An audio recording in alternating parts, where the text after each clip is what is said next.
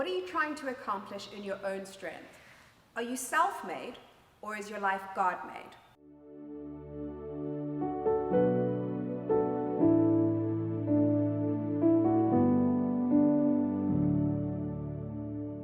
Welcome to PSA. If we haven't met yet, my name is Tanya. I'm the wife of a wise sage named Felix, who you hear from week after week, and the mother of a beautiful, almost 5-year-old boy named Lion. Now, if you heard Felix's message last week, you'll know that his cousin Jose Angel passed away. As soon as we found out, we immediately got Felix and Lion onto the next flight to Miami, and I stayed back to continue to work and to manage our event venue. Everything on my end was running pretty smoothly until it came time for me to move a 12-foot by 8-foot wooden wall that was framed by 2x4s and then covered in concrete. Yeah, not a simple task.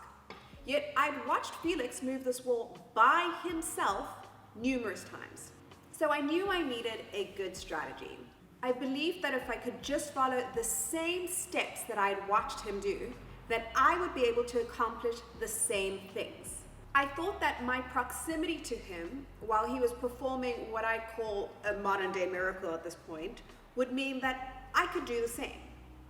So one evening after work, I called the strongest, most athletic, marathon running, weightlifting friend, her name's Vera, and I thought that with her strength and my strategy, that we would be done in like 30 minutes. I quickly realized that there was a flaw in my strategy, because with our combined weight, we were not strong enough to lift the dolly that we needed to accomplish the task. So while we followed all the same steps and had used all of the same tools that my husband had used, we did not have the same strength that he had to accomplish the task. Now, let me be real with you. We were only like half an inch away from where we needed to be, and it was infuriating because I don't like to lose.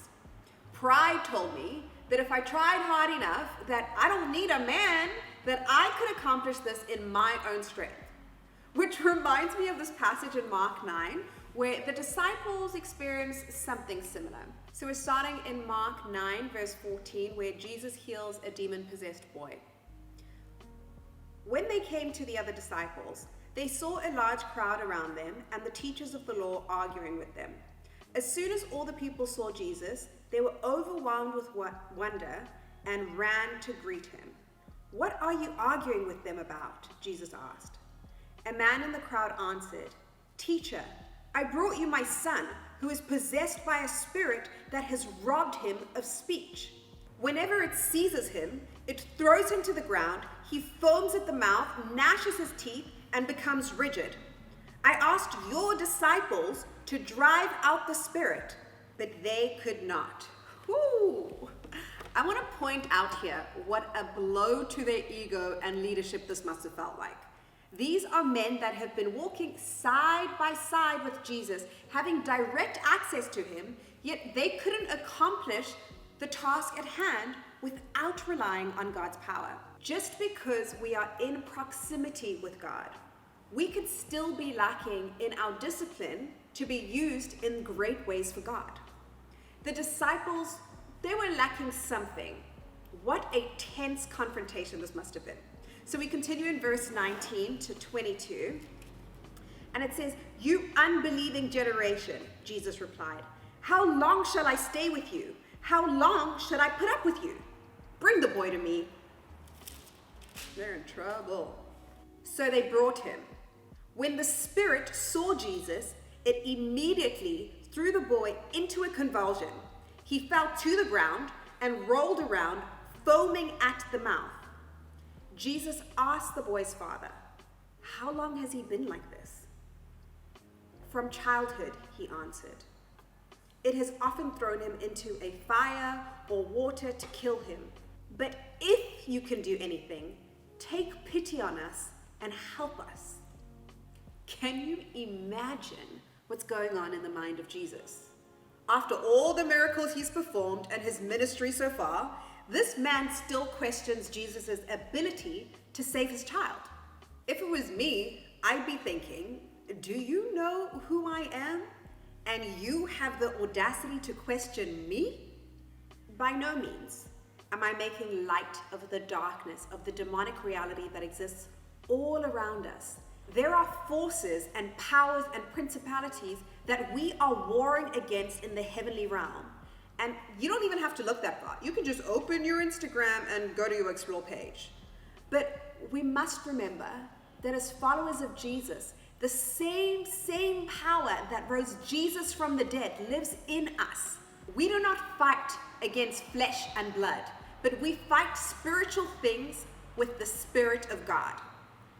Yet, what is it in us that we're so quick to point out the flaws and the failures of other believers and leaders in the church? And imagine the crowd, the people just like whispering and planting seeds of doubt at the disciples' inability to heal the boy, saying, I told you so. This Jesus guy is not the true Son of God.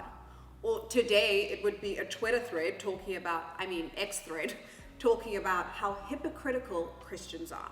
But this man, he must have known something that the crowd didn't. He must have been familiar with what Jesus could do. So as we continue in the passage, we see that Jesus takes matters into his own hands, and he shows this man compassion and mercy. So back to verse 23, he says, "If you can," said Jesus, "everything is possible for one who believes." Immediately the boy's father exclaimed, "I do believe. Help me overcome my unbelief." My God, the amount of times that I prayed that prayer. When Jesus saw that a crowd was running to the scene, he rebuked the impure spirit. "You deaf and mute spirit," he said, "I command you, come out of him and never enter him again."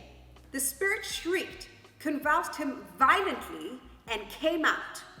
The boy looked so much like a corpse that many said, "He's dead."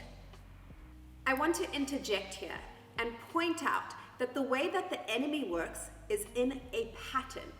His purpose is to steal, kill, and destroy. We as humans, we are the vessels of God, made in the image of God. The only way that a demonic spirit can actually leave a person is if it does one of two things: kill the person or be exorcised. This reality really hits home for me because when I think of my own brother's struggle with depression that ultimately led to him taking his own life, I see that he lost that battle and he let the enemy win the war in his mind. But God, the verse continues here and it says in verse 27, it says, "But Jesus took him by the hand and lifted him to his feet, and he stood up." After Jesus had gone indoors, his disciples asked him privately, I'm sure they were quite embarrassed, "Why couldn't we drive it out?" He replied, "This kind can only come out by prayer." I have a note in my Bible, I wrote, "Leaders pray." Prayer is so important to have powerful, healing faith. Ain't that the truth? What I've learned from my walk with God is that God does not work in the same way twice. But if we walk around saying, if he's done it before, he can do it again, and I'm actually in complete agreement with that, he could do anything, but he will always work in the new. It's not like the disciples had never expelled a demon before, but their pride made them assume that yesterday's faith would be sufficient for today's battles. Like so many of us, they may have believed that their association with God would guarantee that he would work in the same way. It is because of God's power that we are being used, not by our power or by our strength. You would think that having Jesus walk the earth would make it so much easier to trust in him. But during that time, there was a deep sense of distrust and disbelief in what he did or who he was. How much more are we challenged in spreading the gospel of a Jesus that has already ascended to the throne? Ministry is hard, y'all, but that is what community is for. We were never guaranteed that it would be easy, but we were guaranteed that through the church, and I mean the capital C church, that we would be the hands and the feet of Jesus. And as the body of Christ, day by day, fight by fight, soul by soul, that we could lead people to a healthier and more hopeful place than what they're currently experiencing. I'm here for the long game. And one of my favorite quotes is that it is not our responsibility to see the salvation, but it is to seed the salvation. So this week, let's plant seeds in our workplaces and our homes, in our casual coffee shop interactions, and with that grocery store clerk. Let's take each opportunity to plant seeds that have eternal impact. And until next week, let's love more, and I'll see you at the next PSA. Guys, sometimes you just gotta ask for help. Check out these other messages if you haven't already, and share them with the first person that comes to mind. Have a wonderful week, live fully alive, and we'll see you in the next one.